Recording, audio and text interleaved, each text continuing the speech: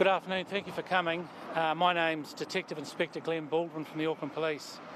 We're here because of Operation Aberfeldy, which was the tragic events on Saturday night. Police are continuing to follow several lines of inquiry in relation to the homicide investigation launched in St John's over Easter weekend. Our investigation team has been working hard through the Easter weekend, piecing together the violent events that unfolded on the night of 19 April. Police have had several members of the public come forward with information. Today, I'm appealing for further information from the public. In particular, we are seeking to identify some witnesses. I want to be really clear, these are witnesses who were in a white Toyota Ute that was driving in an easterly direction along, in a westerly direction along St John's Road behind me. A bus that we have CCTV footage of has stopped to pick up passengers, and that white Ute was cut off by a black SUV which executed a U-turn in front of it. That white Toyota Ute has a black roll cage sports bar on it and was driving in that direction there. It had to come to a stop, and we know this because the bus stopped behind it and then all three vehicles left. This was at about 9:50 p.m. The black SUV continued along St John's Road towards the Meadowbank shops. As it got to Blackett Crescent, just to my left, it executed another U-turn and came back in this direction. We believe that black SUV is involved in this crime. We are seeking to identify that car and particularly its occupants. To help us to do that, we would like to speak with the occupants and driver of the white Toyota Ute. For clarity, they are critical witnesses for us, and we would like to hear from them, please.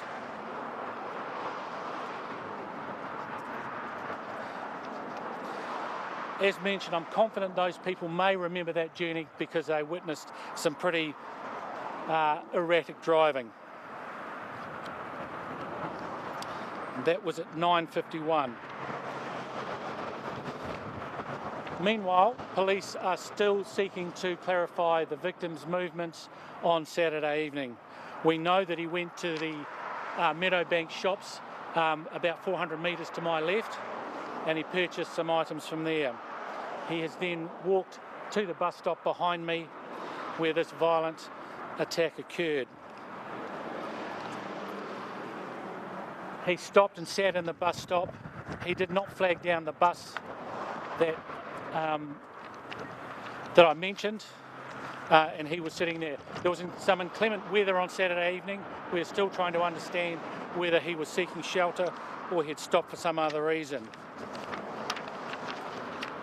The victim was subjected to a senseless attack, which left him with serious head injuries. People who witnessed the attack have called ambulance and emergency services, who responded quickly and were here a short time later. The victim was taken to Auckland Hospital but tragically succumbed to his injuries. As yet, we have not identified or located the weapon involved. We are keeping an open mind on that and as to why this occurred. We have a number of people contact us in recent days with key information, and we are following some of those leads with urgency. And I want to acknowledge those people for coming forward, but we still need further information from the public, particularly people in St John's Road shortly before 10 p.m. Police are not yet in a position to release the victim's name. We are still working through the formal identification process and liaising with both the coroner and the family who live overseas. That family are still in the process of notifying loved ones and other key family members. This is a life-changing event for them, and a horrible event that will endure with them for some time. And I extend my deepest condolences to them. This is not the news that anybody should want to receive, and out of respect, I don't want to discuss the victim any further today. There will be further information later in the week, hopefully. I've mentioned the black SUV. That vehicle is critical to our investigation, and we seek any and all information about that. What we know is that the vehicle has stopped on the wrong side of the road outside the bus shelter. The attack has occurred, and there are at least 2 people involved on the side of the road with the victim. There is potentially at least a third person and others in the vehicle, but we're seeking to clarify that. This investigation is in its infancy. Following the attack, the vehicle immediately fled towards College Road to my right at speed. And we would like to again reiterate anybody that saw that black SUV travelling along St John's Road or anywhere in this area to please contact police on 105 at the earliest opportunity. Thank you. I'll take some questions. You mentioned a weapon was involved in the assault. Do you have any indication of what it might be? We believe it's a long weapon, but we're still seeking clarity on that. It's a wee bit early to tell. And again, you said at least 2 assailants. Is there a likelihood that there were more than 2 in this group attack? 2 people were seen by the bus shelter engaged with the victim, but there could be other people in the car. And you spoke about the attack. What is after the attack? Look, a number of people have been in touch with us.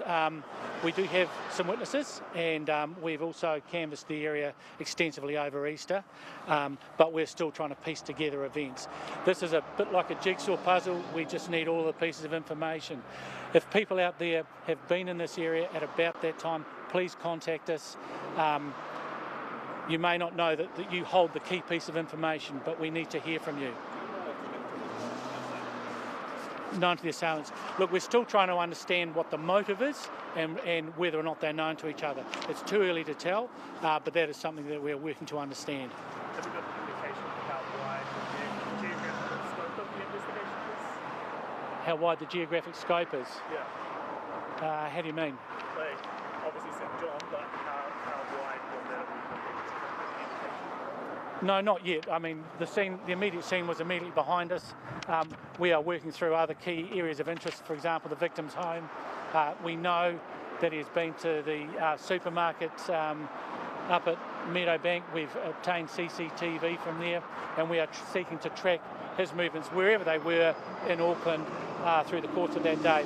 Likewise, we're seeking to identify the movements of that black SUV, but first and foremost we need to identify that vehicle and the occupants, and that is an absolute priority for us.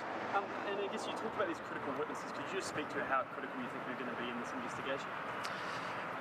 Well, anybody that's seen it's obviously important, but it's pieces of the puzzle, and it might just be how many people, for example, the youth may know how many people were in that car, or they might have even noted the registration. They might have dash cam. I don't yet know. We need to speak to them to understand what key information they have. But it's the snippets that we can piece together. It's like a jigsaw puzzle. We pull the pieces together, we get to understand the picture. And was none of the registration clear on the We're working to clean up some footage and establish a registration number, but at the moment the footage that I've seen doesn't clearly show it, but the team have been working on that throughout the course of the day and are continuing to do so. What's your message to residents? It's obviously a very shocking incident to have happened for you. What's your message to that? It is deeply disturbing. We are working incredibly hard to resolve this matter. We had detectives that were on days off, phone in and come in voluntarily. The team are really committed to solving this crime and reassuring the public around safety. The motive of it, as mentioned, I don't know. We will get there.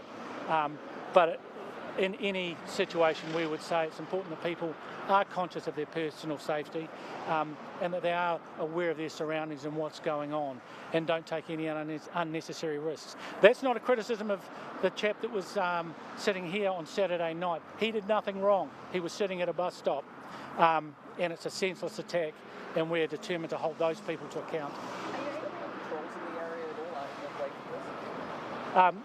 Yeah, of course, and this becomes an area of interest for patrol planning, and there will be increased patrols up in and around here. It's a main thoroughfare, it's well lit,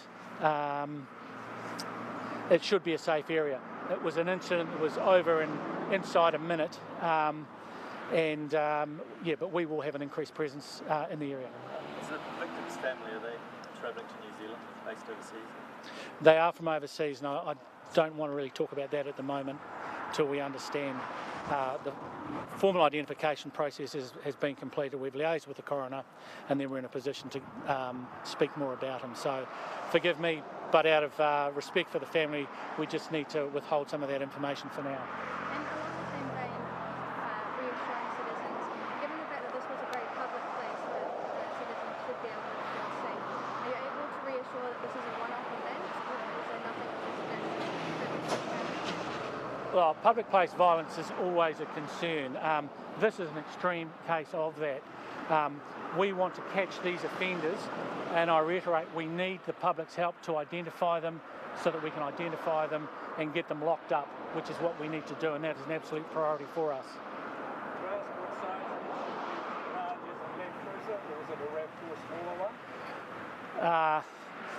We're keeping an open mind on that, but we think more a mid-sized SUV, but we're open-minded on that. As I say, we're trying to clean up some CCTV footage from buses. There's been some good CCTV picked up from some of the other residents in this area, and we've been door to door for the last 2 days. From the evidence from the witnesses, are you able to give a description of any of the attackers? We're still developing that. Hopefully we'll understand that in more detail later in the week.